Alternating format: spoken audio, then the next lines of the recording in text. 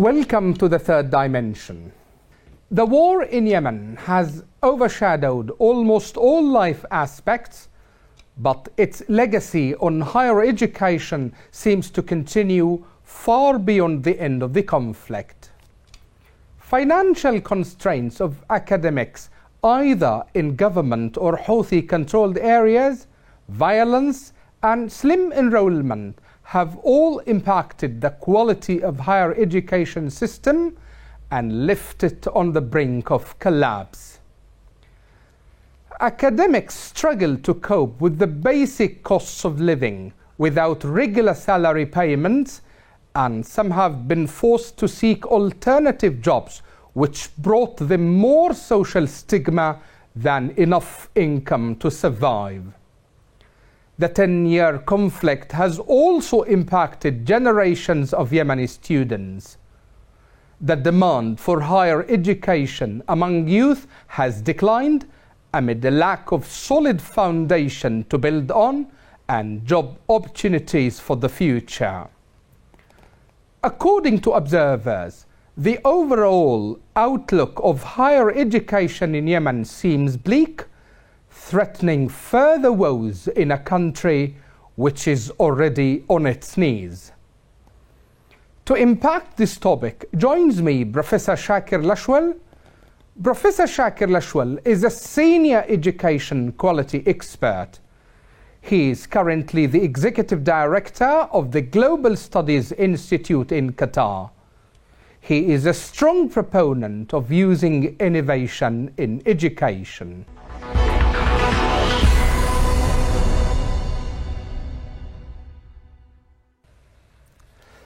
Professor Shakir.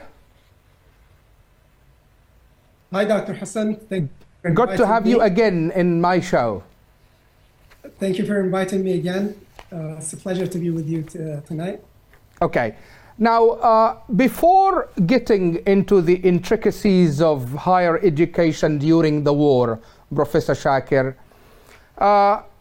my question is, what did higher education look like in Yemen before the conflict? I think that's a great question, Dr. Hassan, because we can't really discuss what is happening today without reflecting on the status of higher education and education was in Yemen prior to not just 2014, but rather 2011. Yes. Because I think that marked the beginning of the greater decline of higher education in Yemen.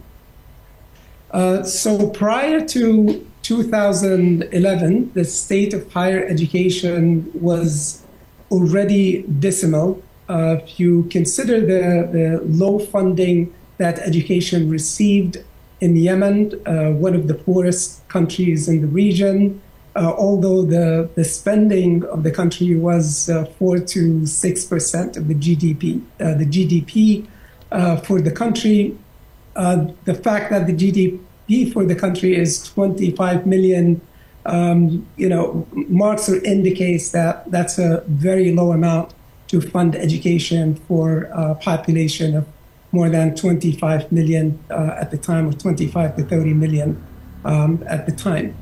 And so the low funding before 2011 meant underfunded infrastructure, lack of resources for institutions and faculties and scholars and students. It also meant an absence of an active academic environment that promoted research and an academic culture. And so all of that, resulted in basically in very weak higher education institutions that were lagging behind regionally and internationally. Yeah. Things were still functioning, but we were still far behind everyone else due to the economics of the country. Yeah. Okay. Now, if we come now to the present, Professor Shakir. Okay. Now, Yemen is a conflict zone area, And in a conflict zone area, what should be prioritized? Food, shelter, or higher education? Yeah, I think so. So for us, just having painted that picture of a higher education system that was already struggling due to economic reasons, we could just imagine this additional layer of political and security challenges that were added to the economic struggles of the country. So the conflict, the political and security issues that resulted in a war-torn country where people are displaced, where people don't have the necessary livelihood, they're not receiving salaries, they don't have the personal security, they don't have the institutional security, the academic freedoms. All of these complicate the situation and make it difficult for scholars to function, for academics to do what they need to do, and for the higher education institutions to function properly in the country. Okay. Whose responsibility is it to, support these institutions and to fix or address the issues of these institutions? It depends on who's in power. And so what we have in Yemen now is we have two factions. We have the Houthi militia, which took over the country in 2014. And then we have also the internationally recognized government that has control over part of the country. Yes. The Houthi militia basically has built their governance based on the premise of creating a war machinery. So education and higher education is definitely not one of their priorities, and it's not something that they want to address or focus on. The internationally recognized government in Yemen has very limited resources, and as a government that is mostly in exile, it's unable to do much to address the situation beyond the limited fixes that they've been able to do in the past several years. Yeah. Okay. Now, within the debate of higher education crisis, Professor Shakir, okay, one major issue, as you have made it, is economic problems. Now, financial, if we just stick on financial constraints, which is a major issue either for professors working in government areas or in Houthi-controlled areas. Okay. The question is, how would you describe the way academics are coping with these effects of the conflict? Of course, there are sad stories, Professor Shakir. I will not go on telling them. It's an unfortunate reality. The academics and the scholars who are living under Houthis are living under much harsher conditions. They're not receiving salaries, so they're not able to provide for their families. And this has forced many of them to go into various service industries just to be able to make a living and to support their families.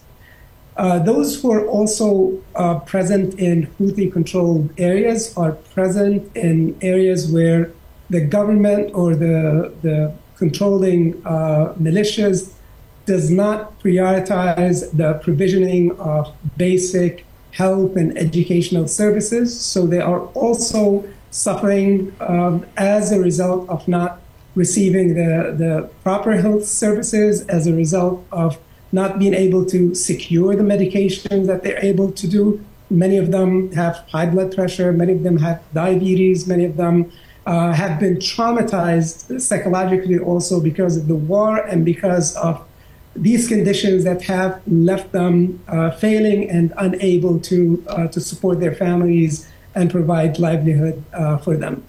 Yes. On the other side, in government controlled or in the internationally recognized government controlled areas, you have faculty or you have educators who could be receiving salaries, but because of the hyperinflation in those areas, and because of the low value of the currency, the livelihood is very expensive, and they're struggling also in that respect to provide for their families. Yeah. All of these conditions are horrific and very difficult and very challenging conditions for academics and scholars to remain in the country. Okay. Now, this also brings us to the issue of what we call brain drain, Professor Shakir. And I believe this phenomena was there even before the conflict. And correct me if I am wrong, you are also one of those academics who has gone through this kind of brain drain. The question is, Professor Shakir, how does brain drain add to the depletion of higher education in Yemen? So the conditions that we just described makes it very difficult for anyone to be able to withstand these challenges, these societal, economic, and health challenges that one would face or would need to face as they try to navigate life, supporting their kids and building families. And we're not even talking about being productive academically and being able, and successfully contributing to the field. Talking about academic productivity could be a luxury at this time, Professor Shakir. Absolutely, absolutely. So we're just talking about just the basics of surviving, living, being able to provide for the families, having the ability to live, in peace and security, and having the minimum academic freedoms to be able to function within these institutions. So the lack of all of these things is driving not only academics and scholars, but also highly talented professionals to leave Yemen, resulting in this brain drain. Now, as you had indicated before, we've always had a brain drain, not from just Yemen, even the whole. This is a regional issue.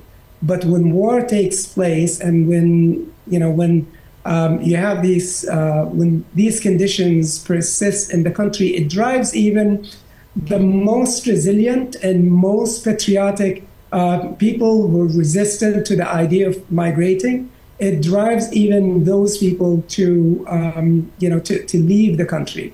And so this is what is happening now. 40%, almost 40% of highly qualified and talented scholars and also many professionals have left Yemen, and many of those who are left behind now, they're left behind contemplating a way out and an exit strategy, which is very concerning for a country, because not only does it impact the present, because you're counting on these professionals and you're counting on these highly qualified individuals, highly productive, highly active people in their fields to make a difference for the present. The greater damage is that it also impacts the future. So it impacts the future because the departure of these people leave us unable to prepare this generation for the future. That's on one hand. And on another hand, these are the people that the country would normally rely on once peace settles and once the country is set on a path of recovery and reconstruction. And so it becomes very hard once these people leave, because once they leave and they settle in other places, it becomes very hard to repatriate them and to bring them back. The only other thing that I would like to highlight also, why it is painful for a country and draining for any country to lose its most precious talent and these scholars and professionals and highly entrepreneurial people. Yeah. It is also equally painful for these individuals who depart their homeland with a lot of pain, with a lot of agony, with a lot of anxiety, and have to endure the trouble of resettling and readjusting, learning new languages, adjusting to new cultures, and living through many years of unemployment and sometimes even changing careers, making huge sacrifices and almost giving up on their own personal dreams, to become something and to contribute greatly in their fields, to simply just take care of their kids and to try and offer their kids better futures, better future for them and their families. Yeah. So suffering chases academics not only within the country, even in diaspora, Professor Shakir. That is absolutely true. Okay. Yes. Now, if we could turn to another important aspect, of the impact of war on higher education, Professor Shakir, which is decline of enrollment. Here we will talk not only about academics, but also students. And by students, we mean future generations for Yemen. Now, a decade of conflict almost there in Yemen, Professor Shakir. In your opinion, what does the future hold for Yemen as generations of students haven't had proper education? This is very alarming, obviously, from many angles. But what I would like to highlight also is that when we talk about the risk of not addressing the issues relating to higher education, when we talk or when we focus on these risks, it's not just about low enrollment, and I'll be happy to address that. But I'd like to also highlight the fact that basically the destruction of this infrastructure, higher education infrastructure, which is happening now in many institutions that are either run by the ideology of the Houthis in the country, which does not prioritize higher education, or is impacted by the low funding or defunding of higher education institutions. Higher education institutions are not simply teaching institutions. They're also institutions of research, innovation, and discovery. Yes. And in Yemen, we had not reached this level yet. So the continuous decline of higher education means also that our educational institutions continue to fail to perform these functions. So now, if we just stick to the educational piece and deal with this low enrollment or decline in student enrollment, we can. We have to recognize also that the decline in student enrollment is not only a Yemeni issue, or it's not even just an issue that results in war-torn countries like Yemen. The U.S. now is experiencing decline in student enrollment in higher education, but they have their own reasons for doing that. The high costs of education, the economics, the presence and the availability of many alternate paths to careers other than the traditional higher education is causing a decline in the enrollment of students in higher education in the U.S. In Japan, there are some countries where you have the decline in youth population is resulting in decline in enrollment in higher education. But those countries are highly developed countries. They can figure out, and they have different ways of dealing with low enrollment in higher education institutions. For us in Yemen, the decline in the enrollment of students in higher education is detrimental to the future of the country. How do you prepare generations of Yemenis in a country with limited economic resources to be globally competitive without an active and an engaging higher education institution. Yeah. And I think that's the risk for us. The risk for us is that generations of Yemenis and millions of Yemenis are going to be left behind. Yeah. Left behind and unable to contribute to the recovery of the Yemen's economy, Yeah. and left behind and unable to compete in an increasingly global market that demands a lot of knowledge and Yeah. a lot of skills to be competitive globally. Okay.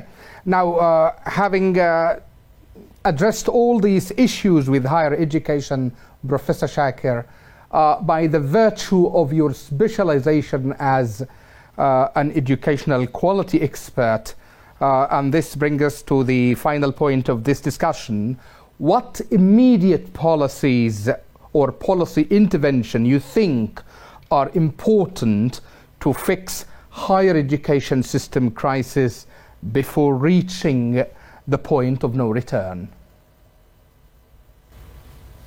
That's probably the hardest question asked, but I think we also need to have a clearer perspective of the issue. The issue is not just higher education. I think we need to kind of step back and understand that the whole educational system is in trouble in Yemen. And so addressing higher education doesn't just begin with addressing higher education issues. It also begins by making sure that we have an educational system that responds to the needs of of every student, an educational system that is equitable, an educational system that provides access to students, whether in urban areas or in rural areas, where girls and boys have equal access to it. And so this is, in reference to the education system. But how do you have an education system like that without having the economic engine and the funding and the support that such a system needs? Right now in Yemen, it's not just about a policy that fixes an education system. It's about understanding that we cannot, as a nation, or Yemenis as a nation, cannot develop, cannot progress, cannot be competitive unless we have peace and security in the country. Yeah. And so that is easier said than done. Yes. So if that is not achievable, within the near future, then our next solution is to make sure an approach is Yes. to make sure internationally recognized government in Yemen creates a situation in the areas where it governs, Yes. where the educational system is set up and is focused on and is set and is basically prioritized, and so that to highlight the education in those areas as exemplary enough to be able to push the Houthi also to think along those lines and to try to match those kinds of efforts. These are reasonable and logical interventions in light of the situation. We can talk about like a universal policy, but we know in a country that's divided, it's very hard to implement a universal policy. We can talk about unlimited, funding by the UN to fund these educational institutions, but we also know that it would be impossible to, funnel this funding to the right places and to implement the right programs across the board. So right now, our next hope is for the internationally recognized government first to settle in the country so that they actually become part of their own environment, and realize that the fate of that environment is their fate. Because for as long as they are in exile, there is really no hope for them to make any major significant changes in education or in any other sector. Yeah, okay. Before I end, Professor Shakir, you mentioned something important, that is we need peace first before higher education quality. And my question is, my last question, forgive me, Professor Shakir, do you think academics can play a role in what we call peace building in the country? Yes, I believe academics, first, they have that responsibility. And I think we have very courageous, very patriotic academics who believe not only in the importance of guarding Yemen's future, but also in the resilience of the Yemeni people and in their deserving of a prosperous life, a prosperous future. And I think that's what can drive academics to do their role and to contribute positively. I'd like to take this opportunity to highlight one of the initiatives which has been led by an organization formed by Yemeni academics. Yes, please. It's formed in Canada. It's called AYAP. It's Association of Yemeni Academics and Professionals. This initiative is an example of what Yemeni academics and professionals can do. It's an initiative focused on highlighting all the important issues relating to Yemen's presence and future. It's an organization that doesn't differentiate between people based on regional differences, based on political or ideological differences. It's an inclusive organization that creates a platform for people to bring in issues and to discuss them. To discuss them, focusing and analyzing the present, but also foreseeing what a future Yemen can be if we do the right thing, and if we focus on the right issues, and if we focus on the humans of Yemen. This is what we expect from academics in diaspora. With this, we come to the end of this conversation. Professor Shakir, thank you so much for talking to Yemen Today TV, and thank you for your time and insights. Thank you, Dr. Hassan, for inviting me, and I appreciate being here with you tonight. Thank you. Thank you.